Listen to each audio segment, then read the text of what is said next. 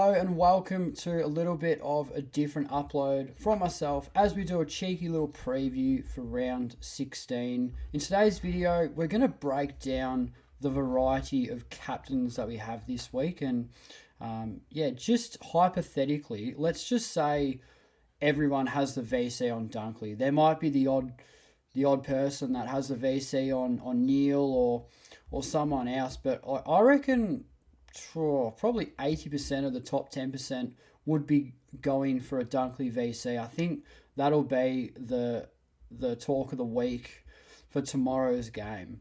So let's just say that he replicates a 122, which is really good, but you're probably not going to bank it just because, well, last week it was a bit of an easier one because there weren't many options to fall back on.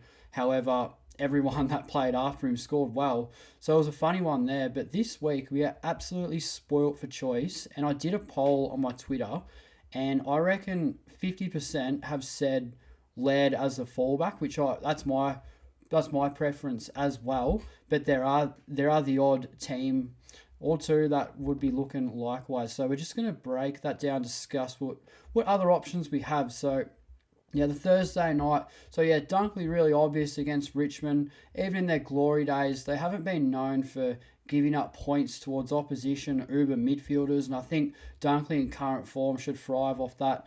And hopefully this video doesn't have any sort of relevance come the end of Thursday night. And we can all just bank that VC. But what other options do we have? So we'll start off with the Adelaide North game. So this is a really obvious one. So we've got two options here. We've got Laird and Dawson. So Laird for me is my favourite, but there is that there's that thing, is Shields going to go after him like he did with Zach Merritt? Well, that's the only real worry that I have. But other than that, I'm quite confident with this captain fallback. So, he really beats up on the poor opposition. We saw that against West Coast, and he's got a great record on North Melbourne as well. So, this is probably the obvious one. I think Dawson's a good shout as well, but he seems to turn up a bit better against quality opposition. For example, just like a sub 150 against Collingwood, who are, look, let's be honest, premiership favourites really. So, I think Dawson's the type of player that'll step up against quality opposition. So that's why I like Laird a little bit more. He's the one that I would probably be going with, but there are others as well. And you've got the big elephant in the room that's right there. One Marcus Bonampally, who perhaps is probably the most interesting captaincy option. So his average against Freo in the last two times he's played at Optus Stadium is 165. So it's pretty obvious. You're probably thinking, Bonampally is the best captaincy option you could ask for. But at Marvel Stadium, he's only played there once in the last 3 years, I think. So there's only a small sample size against Fremantle. But last time he played there, last year at Marvel against Freo, he only scored 100 flat. So I reckon he's more favourable at Optus Stadium. If that record was at Marvel, we wouldn't be doing this video. But I'm a little bit sort of worried about that. We're probably point chasing 181 against the Dockers. Is that going to happen again? I don't know. I don't think so. Surely they're coming good. Look what they did to my boys last week. They found form. Their midfield trio's doing absolute wonders. And Brayshaw, Sarong and Jackson. So they're looking really good. I don't think it'll be a walk in the park for the Bont. And he was probably my main captain, the one that I'd be considering the most. But after sort of weighing it up, I am looking at Laird. There's Merritt against Port Adelaide on the MCG, so that's another one. You got Butters in the same game, so there's plenty of options. But I am keen to hear everyone else's thoughts on the captaincy situation. If you're VCing Dunkley or Neil, or you're going to VC Bonampally or Laird, that could be another sort of route because you got other options to fall back on. Whether you're game enough to do so, there are later games here. If it'll let me scroll down, so.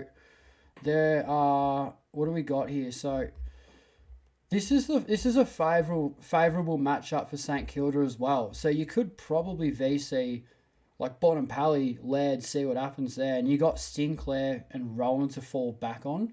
I'm probably not that brave to do that because Rowan has been quite inconsistent and Sinclair likewise found some form, but his matchups more beneficial at Marvel Stadium. Jack Sinclair, he loves Marvel Stadium, so I do worry about how he performs on the road. So there are plenty of options. Petrarca, I have a rule, I don't captain players, I bring in my team, so he's got the Giants, that's another shout, but I'm not confident enough to do that. But I'm definitely looking at a Dunkley VC, really defensive, but it could be a pottish move who I decide to fall back on. I'm not quite sure, but yeah, food for thought. Definitely thought it'd be a bit of a good topic. I'm keen to hear people's thoughts. Comment down below what you're doing, and we'll see how we go. And this is a bit of a preview. We've got Robertson as well as a loophole. We'll see how he goes. Hopefully we can bank anything over 65, 70. That'd be ideal if we can get that. And hopefully Windhager plays. That's another story. I might not have a choice in terms of a loophole. I've only got to do it for 1 week. We've got 2 trades left, 194k to target. Well, if you catched the Swordplay podcast last night, shout out to you two blokes, Janeth and DR. Did a ripping job without me, but I did reveal exactly who I was targeting. So 194k is more than enough to get Robertson up to Mills next week as my M9. He has a lot of Thursday, Friday, and early Saturday games, so he's going to be the perfect loophole to have at M9. With probably like a Will Day type. So that'll be the plan for the rest of the season. But short term, his cover, we get Day and Mills work really well together. It allows me to field a premium over Windhager, and then when Sicily comes back, we'll have that luxury. So really, hopefully all goes well. But they're the trade plans for the rest of the season. 1 trade left isn't ideal, but I have 23 premiums, so I've already got the cover. We'll see how we go. But good luck for this week. How good is that? A projected score of nearly 2,600, depending on who I captain. So it's really good to see. We hate the buys. Scrap them. Get rid of them. Let's have a league buy next year. That's another story. I won't go into that. But good luck for this week, everyone. Hope your side goes well. Drop down the comments who you reckon the best fallback captaincy is. Take it easy as always. We'll see you guys in the next video.